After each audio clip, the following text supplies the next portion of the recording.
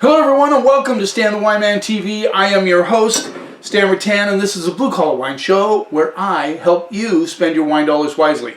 We are going to Greece. We're going to try two white wines from the islands of Greece, and this one in particular, Crete, the most popular I think as far as tourism goes.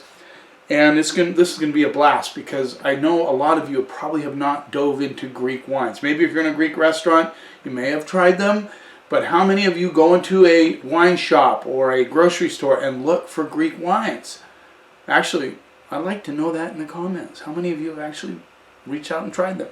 I looked it up and there's over 600 white grape varieties in the world, so we got a lot of work to do, don't we, to try those wines. Now, obviously there's probably 20 that are the most popular, but I don't even think these two wines fall in the top 20 most popular white wines in the world.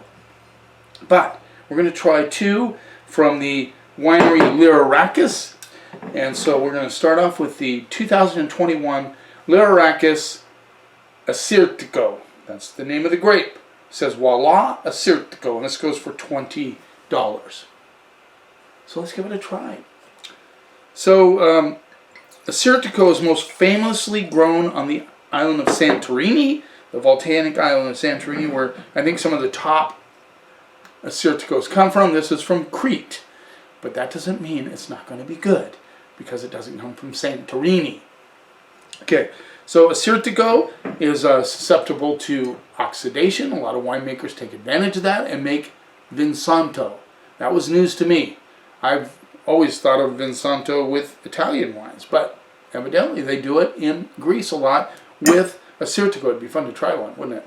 So the color on this is kind of hay color. Let's see what we get on the nose. Get a lot of melon, a little bit of apple, some pear notes coming through. Yeah, a little subtle on the nose, but let's see what we get on the palate.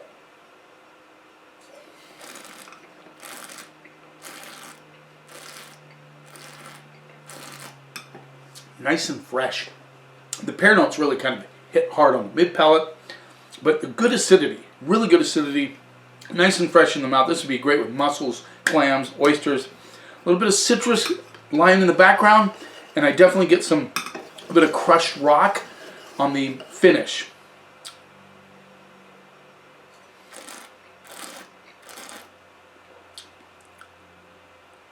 It actually gets just a little bit more texture on the mid palate, then it freshens up and dries out on the finish.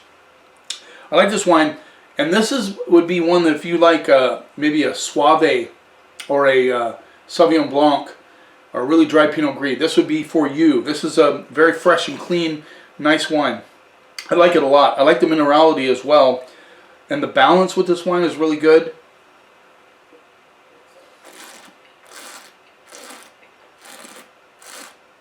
This is well put together and very fresh. Great on a sunny day. This would be fantastic. Interesting little bit of tiny hit of bitterness on the back end. That's okay. If you have this with food, you would not get any of that. I'd love to have a pot of clams and this wine in front of me. That would be fantastic. Great wine. And worthy of trying for 20 bucks. I mean, how many of us, a lot of us go out and spend 20 bucks on a Sauvignon Blanc. We spend 20 bucks on a Pinot Grigio. I just can't believe people spend $28 on Santa Margherita Pinot Grigio. That's tough. And I sell that all day. Crazy.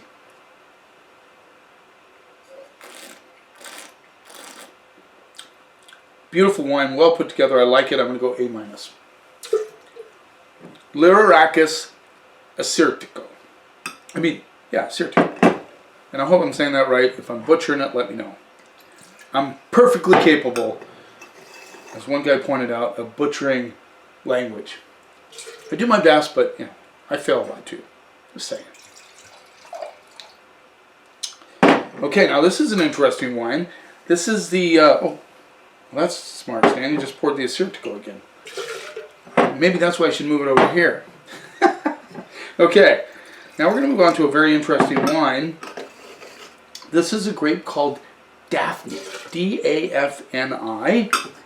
This is the Lirarakis 2021 Daphni, and it says Assyrtiko on the top. That's the vineyard this is grown in. The cool story behind this is Daphni's, there's your label, Daphni's almost went extinct. Lirarakis revived it and brought it back to life, and now there's other wineries doing Daphni in Greece. So, very interesting story. They revived a grape that almost went into extinction. So this is a little more gold than the Assyrtiko. Daphni is the Greek word for laurel, and evidently laurel is the aroma that it puts out and the flavor. And I think that's interesting because I can't remember the last time I smelled a laurel. So whatever's on this is going to be laurel, evidently. $22, by the way, if I didn't mention that. These are also vegan wines, since my last episode was on vegan wines. It's a very interesting episode. Let's see what we get on the nose.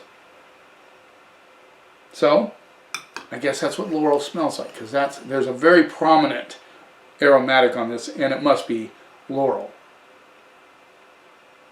Also a little pear in the background behind the laurel. Very, very aromatic, by the way.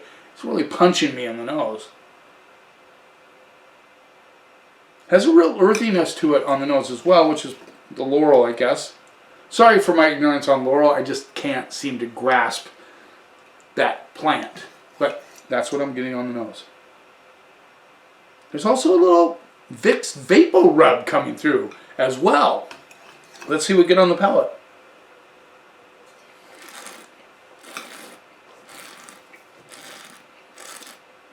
That big, powerful hit of this same aromatic, so it must be laurel. Big hit of laurel, which is very pleasing, by the way. I like it.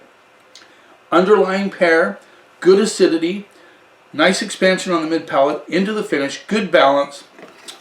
Those laurel notes just really linger. This is a tasty little wine. I don't know the last time you guys tasted laurel, but if it tastes this good, I'm going to go munch on some laurel after this program.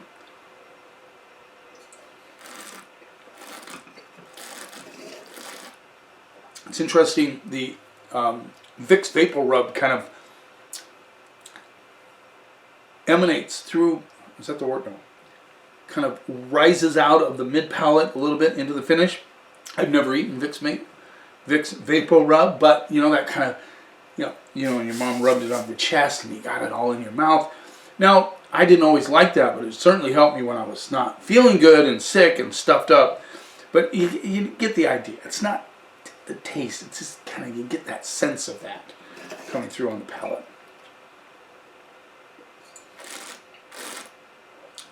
Boy, if you guys want to have a little fun and expanding your palate horizons, grab a Daphni. I would go Lirarakis, because these guys do a fantastic job. Since support them, since they're the ones that actually revived this varietal. That's pretty cool. I think it's a great story. Evidently, this goes nuts in the vineyard, so there's a lot of pruning. If they want to make a quality Daphni, they really have to prune, green pick, because it's a vigorous growing vine, lots of grapes, so they just have to do that, and they obviously do it because this is a fantastic wine. I'm going to go straight up A on that. I think it is a really nice experience in the palate. And I encourage you to give these wines a try. They're really, really cool wines. Because of that laurel, this would be a great, I would have this with a paella. It would be really good. I'd have it with halibut. Would be really nice. Any kind of white fish this would be really good with. And it's really, really a cool wine and worthy of trying. Lirarakis Daphni, not to be confused with the appellation Daphni's, which is on Crete. Well, I hope you enjoyed this program. Thanks for taking a little time out of your day to watch. Don't forget to subscribe to my channel. You keep watching, and I'll keep helping you spend your wine dollars wisely.